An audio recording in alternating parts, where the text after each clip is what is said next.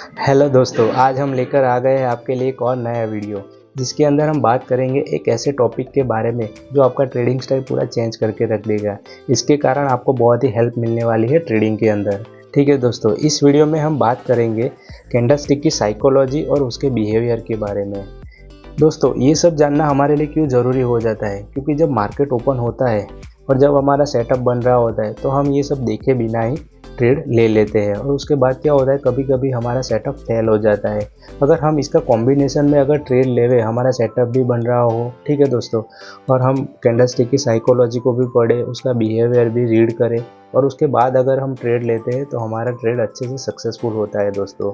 तो चलिए दोस्तों, इसके बारे में हम डिटेल में बात करते हैं। चलिए दोस्तों, सबसे पहले हम चार्ट पे आ जाते हैं और समझने की कोशिश करते हैं कि कैंडलस्टिक का बिहेवियर किस तरीके से काम करता है। तो जनरली दोस्तों, मार्केट के अंदर दो तरीके की कैंडल का फॉर्मेशन होता है। एक बुलिश कैंडल होती है और एक बियरिश कैंडल होती है। जो बुलिश कैंडल होती है वो इस तरीके की ग्रीन कलर की होती है, ठीक है, ग्रीन कलर का फॉर्मेशन होता है। और रेड कैंडल होती है वो बियरिश कैंडल कहलाती है दोस्तों। ठीक है, तो चलिए समझने की कोशिश करते हैं कि इस कैंडल में ऐसा क्या हो रहा है, ठीक है, किस तरीके से इसका फॉर्मेशन होता है। तो जनरली बुलिश कैंडल होती है, उसका ओपन यहाँ से होता है, ठीक है, यहाँ से ओपन होती है और ऊपर क्लोज देती है, ठीक है।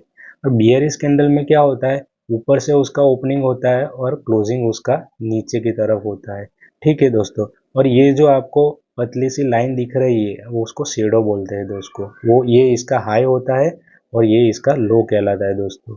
वैसे ही इसमें भी इसका हाई होता है और इसका लो होता है, ठीक है दोस्तों।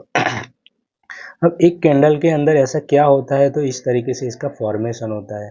तो एक कैंडल के अंदर बायर और सेलर दोनों के बीच में फाइट होती है दोस्तों। इसलिए हमें ये कैंडल ऊपर नीचे होती रहती है, ठीक है दोस्तों।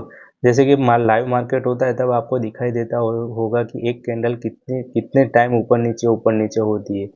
5 मिनट का टाइम फ्रेम देख लो तो 5 मिनट के अंदर कितनी बार ये ऊपर नीचे होगी और फिर कहीं पर जाकर क्लोजिंग आएगा, ठीक है। तो वो क्लोजिंग कब आता है, यानी कि इसमें समझने की कोशिश करते हैं। इस कैंडल में देखिए दोस्तों, यहाँ से मार्केट यहाँ से ओपन हुआ, यानी कि यहाँ से बायर एक्टिव हो गए, ठीक है, बायर एक्टिव हुए पर यहाँ पर सेलर भी एक्टिव है। तो सेलर पहले इसको मार्केट को नीचे की ओर यहाँ पर धकेला, यानी कि इसका लो क्रिएट कर दिया, ठीक है। पर यहाँ पर बायर ज़्यादा स्ट्रॉन्ग है तो उन्होंने यहाँ से फिर से मार्केट को ऊपर की तरफ धकेला और यहाँ पर जाके उसने हाई लगाया, ठीक है, यहाँ तक ले गए मार्केट को। पर वहाँ पर क्लोज नहीं दे पाए दोस्तों। फिर वहाँ से थोड़ा सेलर एक्टिव हुए और यहाँ कहीं पर उन्होंने क्लोज दे दिया, यानी कि सेलर की कंपैरिजन में बायर का दबदबा इसमें ज़्यादा है, इसलिए इतना बड़ा कैंडल हमें फॉर्मेशन दिखने को मिला दोस्तों। फिर उसके बाद क्या हुआ, उसके बाद की कैंडल देखिए दोस्तों। इसमें भी क्या हुआ, यहाँ कहीं पर ओपन हुआ, ठीक है, नीचे यहाँ से बायर एक्टिव हुए, फिर से यहाँ सेलरों ने एंट्री ली और मार्केट को यहाँ नीचे की ओर लेके गए, ठीक है। तो फिर से यहाँ से बायर इतने स्ट्रॉन्ग थे कि उसको यहाँ ऊपर की तरफ लेके गए और यहाँ कहीं पर उन्होंने हाई लगाया और यहाँ कहीं पर क्लोज कर दिया। तो सेलर के कंपैरिजन में बायर यहाँ पर बहुत ही स्ट्रॉन्ग दिखाई देते हैं दोस्तों। फिर इस कैंडल में क्या है, इस कैंडल का तो नाम सबको पता ही होगा, ये डोजी कैंडल है, ठीक है दोस्तों। डोजी कैंडल इसको क्यों बोलते हैं, क्योंकि यहाँ पर कोई डिसीजन नहीं आया। देखिए, बायर और सेलर की फाइट में यहाँ पर कोई नहीं जीता है दोस्तों। ये ओपन और क्लोज अप्रोक्स यहाँ पर सेम ही है, उसके आसपास ही हुआ है, यानी कि यहाँ ओपन भी वहीं पर हुआ और क्लोज भी उसके आसपास ही दिया। बायरों ने भी कोशिश की मार्केट को ऊपर ले जाने की और सेलरों ने भी कोशिश की मार्केट को यहाँ से नीचे ले जाने की, पर कोई जीता नहीं और क्लोजिंग यहाँ यहाँ कहीं पर मिल गया। तो ये डोजी कैंडल हुआ है, ठीक है। तो यहाँ पर सेम ही रहे दोनों, ठीक है। उसके बाद की कैंडल में क्या हुआ दोस्तों, यहाँ कहीं पर ओपन किया, ठीक है। यहाँ से सेलर एक्टिव ऐसे हो गए, बायर एक्टिव हुए यहाँ से, ठीक है। मार्केट को उन्होंने कोशिश की ऊपर ले जाने की, पर वो सक्सेसफुल नहीं रहे। फिर से यहाँ से सेलर एक्टिव हुए और इतने स्ट्रांग हो गए कि यहाँ उन्होंने पूरा नीचे की तरफ क्लोज कर दिया और इतना बड़ा कैंडल का फॉर्मेशन हो गया दोस्तों। तो देख सकते हो कि सेलर यहाँ पर कितने स्ट्रांग है, ठीक है। फिर उसके बाद देखिए, उसके बाद भी बायर एक्टिव हुए और पूरा का पूरा उन्होंने कोशिश किया पर ऊपर नहीं ले जा पाए। और उसके बाद देखिए, सेलर जैसे ही फिर से एक्टिव हो गए और कितना बड़ा यहाँ कैंडल उन्होंने सेलर का फॉर्मेशन कर दिया और देख सकते हो आप इस कैंडल में, ठीक है। तो इस तरीके से ये बुलिश और बियरिश कैंडल का फॉर्मेशन होता है दोस्तों। और इस तरीके से हमें ये सब रीड करना रहता है। साथ हमें एक और चीज़ देखनी है दोस्तों, ये जो बड़े बायर है और बड़े जो सेलर है वो कहाँ से एक्टिव हो रहे हैं, ठीक है।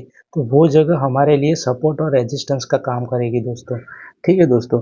तो इस तरीके से हमें मार्केट के अंदर, चार्ट के अंदर हमें ये चीज़ देखनी है। जैसे ही मार्केट ओपन होता है तो सुबह हमें एंट्री प्लान नहीं करनी है तुरंत, हमें पहले वॉच करना है, थोड़ी देर तक देखना है कि मार्केट का बिहेवियर क्या चल रहा है, ठीक है। कैंडलस्टिक का बिहेवियर किस तरीके से काम कर रहा है, कितने सेलर एक्टिव हो रहे हैं, कहाँ से एक्टिव हो रहे हैं, बायर कहाँ से एक्टिव हो रहे हैं, बायर का दबदबा ज़्यादा है या सेलर का दबदबा ज़्यादा है, सेलर स्ट्रॉन्ग है, बायर स्ट्रॉन्ग है। ये सब चीज़ें हमें पहले अच्छे से माइंड में सेट कर लेनी है दोस्तों। फिर उसके बाद हमें हमारे सेटअप पे काम करना है, ठीक है दोस्तों। देखिए आपने इस वीडियो में देखा कि किस तरीके से कैंडलस्टिक का बिहेवियर काम करता है दोस्तों, कैसे हमें उसको रीड करना है, किस तरीके से हमें चार्ट को रीड करना है, किस तरीके से सपोर्ट और रेजिस्टेंस हमें देखना है। तो दोस्तों अगर मेरे इस वीडियो पे आप नए हो तो प्लीज़ लाइक, शेयर और सब्सक्राइब करना मत भूलिएगा। और अगर इसी तरीके से हम काम करते रहे दोस्तों तो सक्सेसफुल ट्रेडर हम बन सकते हैं दोस्तों। तो चलिए दोस्तों, मिलते हैं अगले वीडियो में। Thank you so much.